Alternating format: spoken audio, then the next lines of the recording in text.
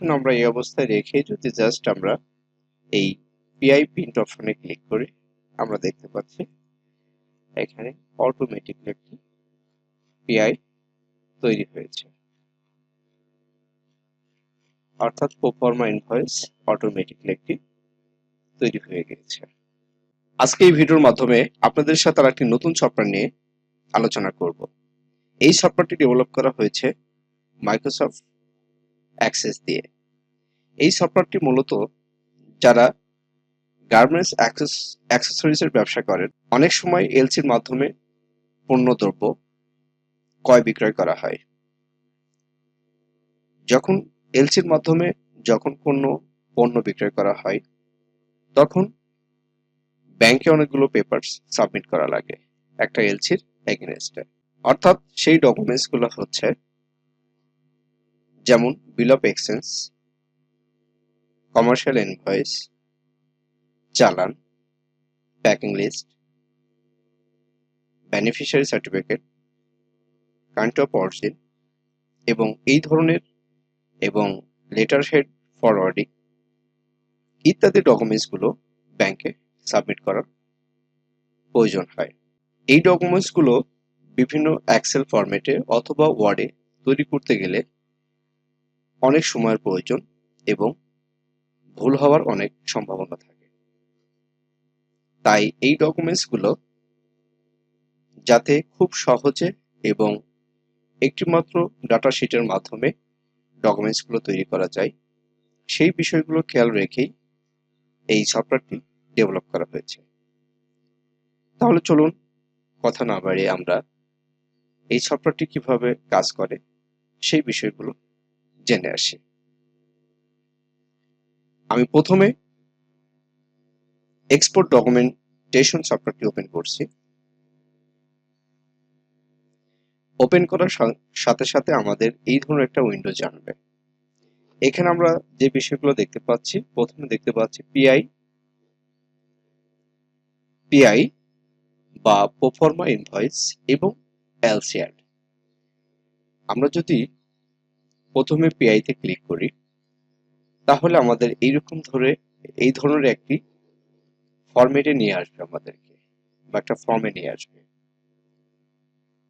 এই ফর্মে যে বিষয়গুলো আছে দেখতে পাচ্ছি যে পিআই নং, বিন নং, পার্টি নেম, অ্যাড্রেস এবং এখানে ডেট। তার নিচে যে বিষয়গুলো আছে সেগুলো দেখতে পাচ্ছি যে serial number, description, quantity, unit price বা ইউনিট প্রাইস, টোটাল অ্যামাউন্ট এবং প্যাকেজ ইউনিট। এখান থেকে আমরা দেখতে পাচ্ছি অ্যাড রেকর্ড, ডিলিট এবং এখানে প্রিন্ট। আচ্ছা, এখান থেকে আমরা বেরিয়ে আসলাম। তারপর আমরা যদি নিচে একটি বাটন দেখতে পাচ্ছি, সেটা হচ্ছে এলসি অ্যাড। এই বাটনে আমরা ক্লিক করলে আমরা একটা এলসির সমস্ত ডিটেলস এই ফরম্যাটে আমরা বা এই ফর্মে দেখতে পাচ্ছি। তারপর দেখতে পাচ্ছি যে কি কি ডকুমেন্টস আমাদের এই ফরম্যাট থেকে পাবো।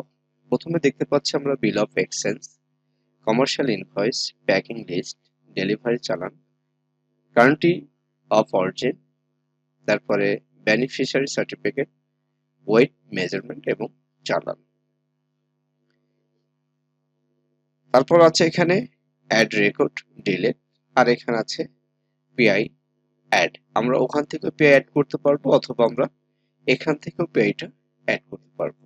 আচ্ছা, এখন আমরা জানবো কিভাবে এই সফটওয়্যারটি কাজ করে। আচ্ছা, এখন আমরা এখান থেকে প্রথমে ডেট দিয়ে নিলাম। তারপর হচ্ছে পিআই নাম্বার।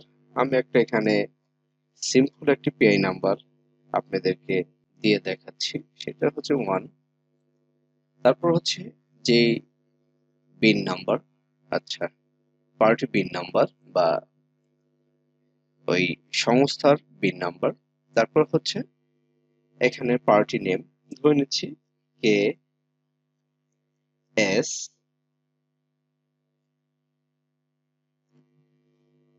ওয়ার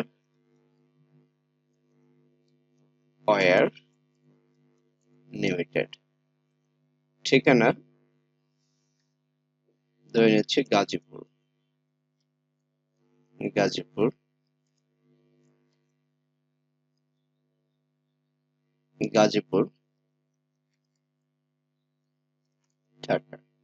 আচ্ছা, এখন এখানে আমাদের সিরিয়াল নাম্বার, এখানে আমরা আইটেম দিব। আইটেম ধরে নিচ্ছি আমরা hang tag, hang tag accessories item,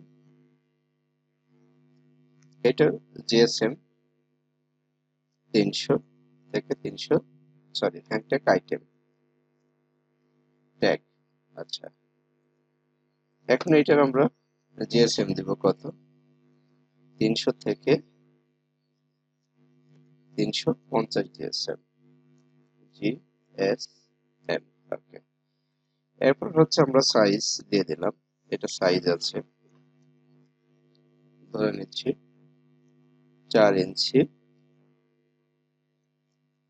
আর আছে 6 ইঞ্চি আমি ধরে নিলাম। কোয়ান্টিটি 20,000 দর্জন। তারপর হচ্ছে এখানে দর্জন দিয়ে দিলাম। এখন আমরা প্রাইস দিয়ে দিব, প্রাইস ধরে নিচ্ছি আমরা 0.5 সেন্ট।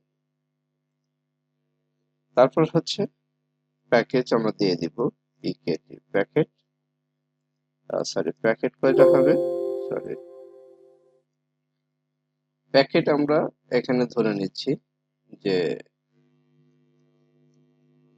কত প্যাকেট, 50 ব্যাগ বা প্যাকেট আমরা ধরে নিচ্ছি। ওকে, আমরা এটা ধরে নিচ্ছি।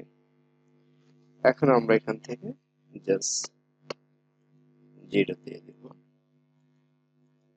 যেহেতু আমাদের এই আইটেম গুলো এখানে নাই, আমরা এখানে 0 দিয়ে দিচ্ছি।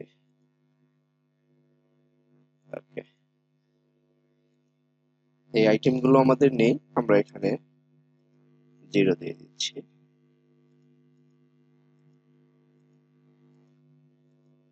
ওকে, এখন আমরা এই অবস্থায় রেখে যদি জাস্ট আমরা এই পিআই প্রিন্ট অপশনে ক্লিক করি, আমরা দেখতে পাচ্ছি এখানে অটোমেটিকলি একটি পিআই তৈরি হয়েছে, অর্থাৎ প্রোফর্মা ইনভয়েস অটোমেটিকলি একটি তৈরি হয়ে গেছে।